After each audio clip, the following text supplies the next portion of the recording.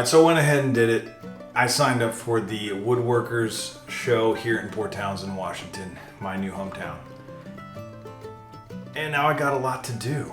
I got a lot of stuff that I can display, and it's stuff I'm proud of, and it's stuff that I've kept for a while, but I need to see if somebody else wants it. Now I still want to make some new stuff to show off. So it is a spalted maple, beautiful figured spalt trout.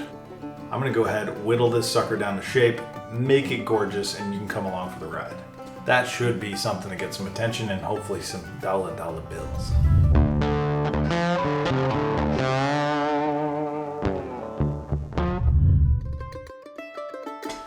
Working with all natural materials is a perfect way to start when you're just learning fish carving.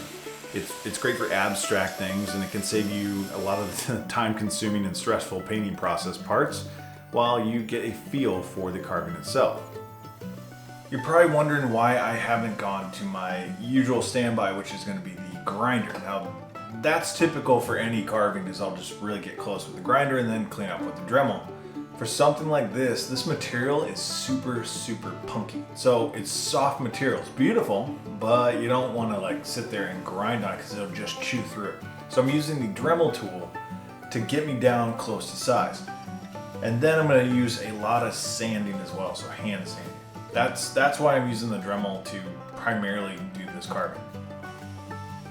The footage may be sped up, but I promise I am moving very quickly with the Dremel bits. Hover too long and it'll dig into that soft material, and if you hover too long also, it could burn the harder figured material.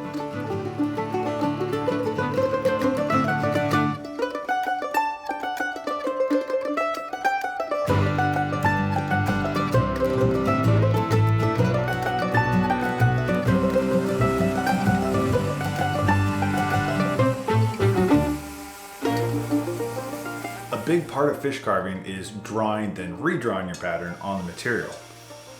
Doing this as you go ensures that things stay symmetrical as the material comes off.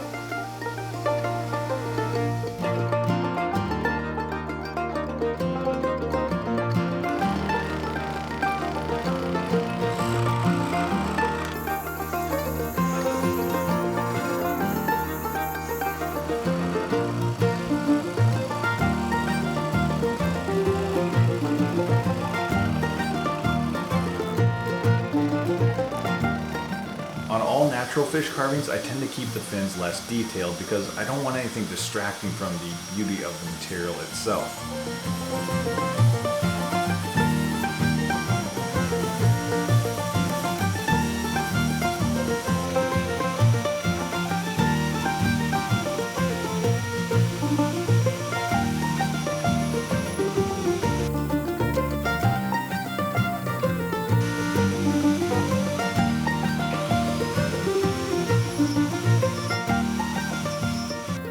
Fins are cut and carved from matching offcuts of the fish, and when it comes to placing the fins, it can be a bit of a guessing game. You want to drill a little, grind a little bit, and eventually it will all fit.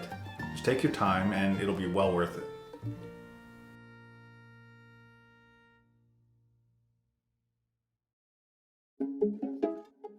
Now it's time for some eyes. I use flexible eyes for most of my carvings because you can get a really nice tight fit and cut them down with the Dremel tool.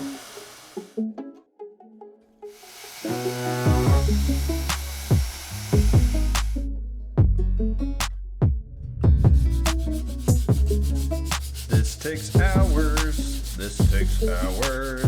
forever.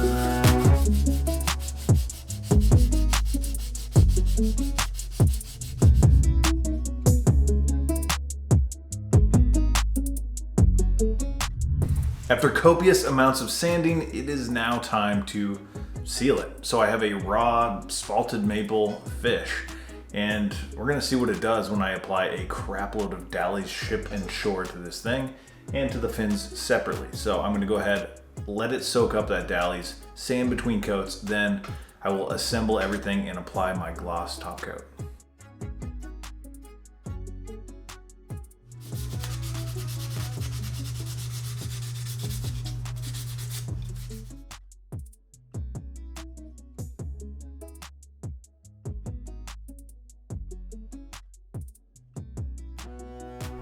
Sealer coat is applied, single coat of gloss finish is applied, and now it's more sanding. So 400 grit between each coat. I'm gonna do probably 5 coats of gloss finish on this. And after this next coat, I'm gonna go ahead and then put everything on. So the eyeballs, the fins, everything. So I'm building up some coats right now, and then we'll apply that and finish it up.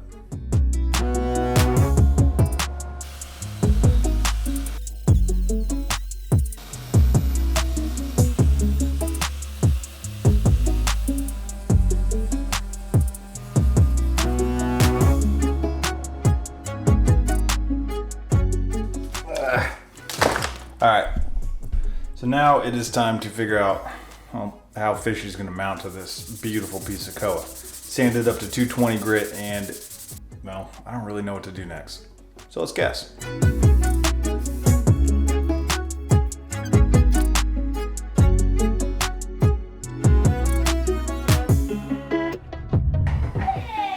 You're fine, stop whining. Now it's on to this piece of koa. I'm gonna use this piece of steel and this fish. Think that's even possible? Probably not. I don't have my grinder. Ugh. Not even close. I gotta find my grinding wheel. That'll make life easier.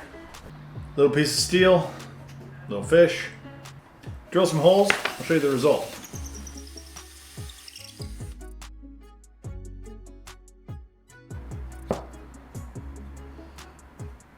I mean, it worked, sorta, not really. Crap. If you've watched my video on, making a fish more dynamic, this is like exactly what I didn't talk about here, or didn't want. Am I in love with it? I don't know. Maybe. But it's cool. I'm gonna polish up the steel, get that mounted, and start slapping some gloss coats on this bad boy. And we're done.